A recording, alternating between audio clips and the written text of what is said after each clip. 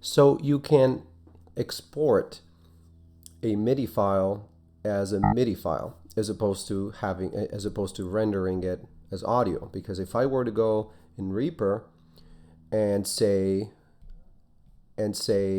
render this, the result would be a sound file, which then if I imported into here, I wouldn't be able to edit the same way that I edit MIDI.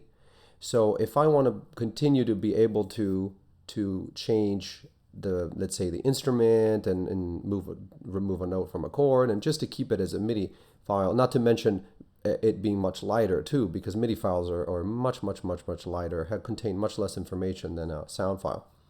So then I would have to export it as MIDI. So how do you do that? You go to File, and then go Export Project MIDI.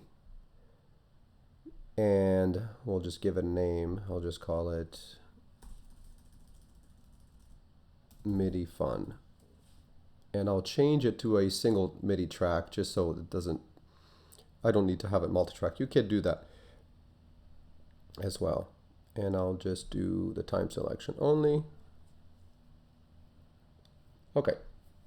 So you might ask, but why do I need to do that? Well, Finale, for example, can open MIDI files, and it can translate them into notated music. Some programs, by the way, do that within the DAW. For example, Logic can do that. You can take a MIDI file and just see what it looks like in notation, and you can edit it in notation and go back. Reaper doesn't have that yet, but in any case, nothing that you will find in a program like Logic will be nearly as powerful as Finale anyway. So I think you're much better off using a dedicated notation program anyway. So let's go to Finale, and let me make sure that you can see what I'm doing. I'll close this. I'm opening Finale, okay? And I can go here and open a MIDI file. So I'll go to the desktop, and I'll go to my MIDI Fun.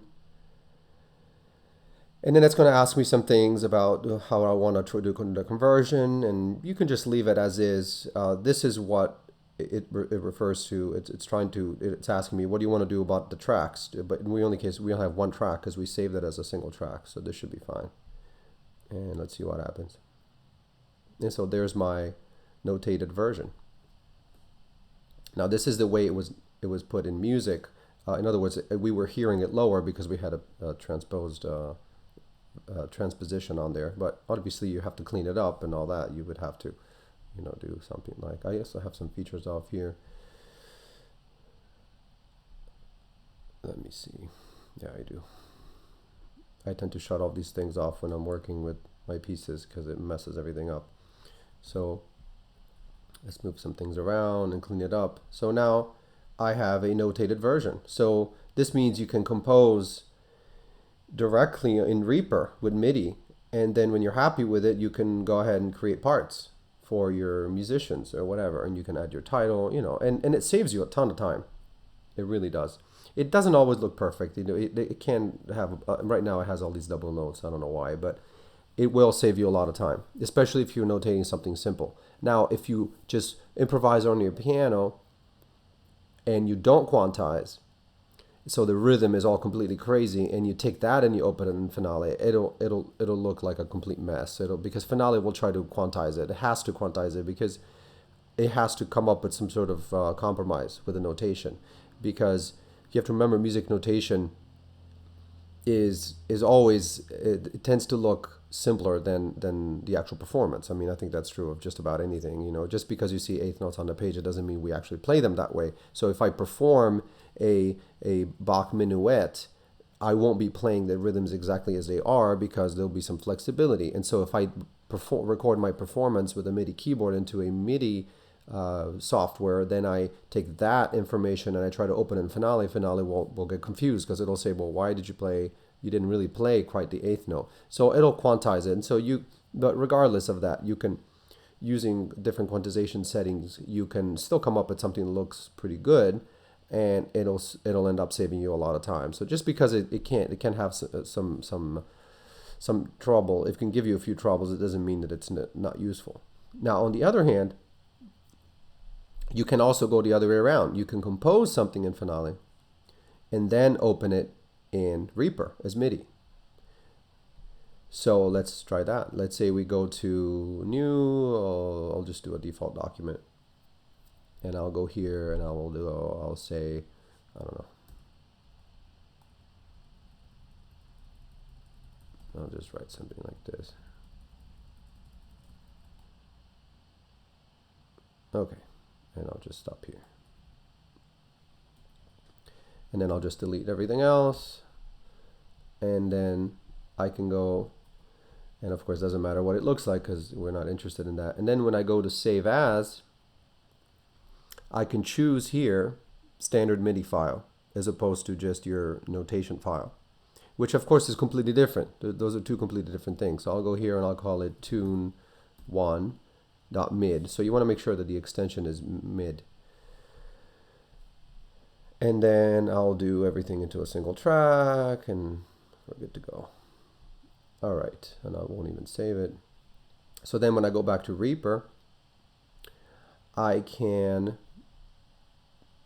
go here and let's say if I get rid of this, I can insert a media file and I can go to my desktop and look for my tune, and there it is. So now it shows up as a MIDI file.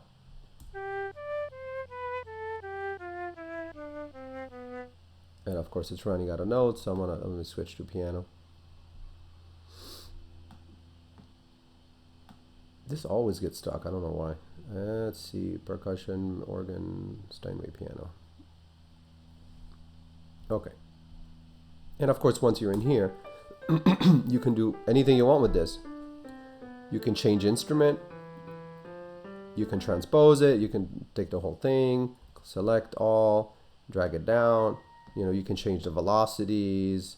You could do some pitch shifting. You could do whatever you want. Can add effects. So it's an interesting way.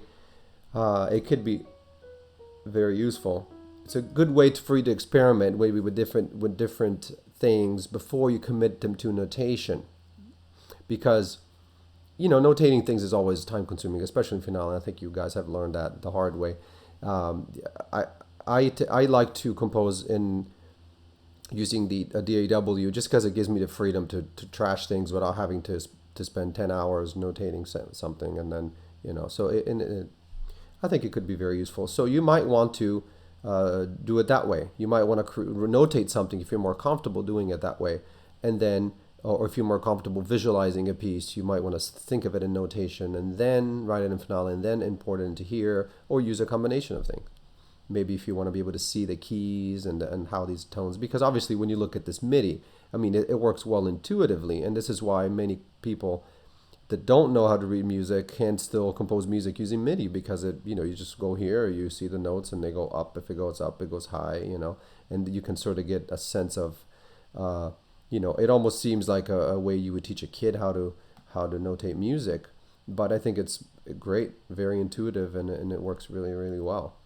So, all right. So that's how you get Reaper working with Finale.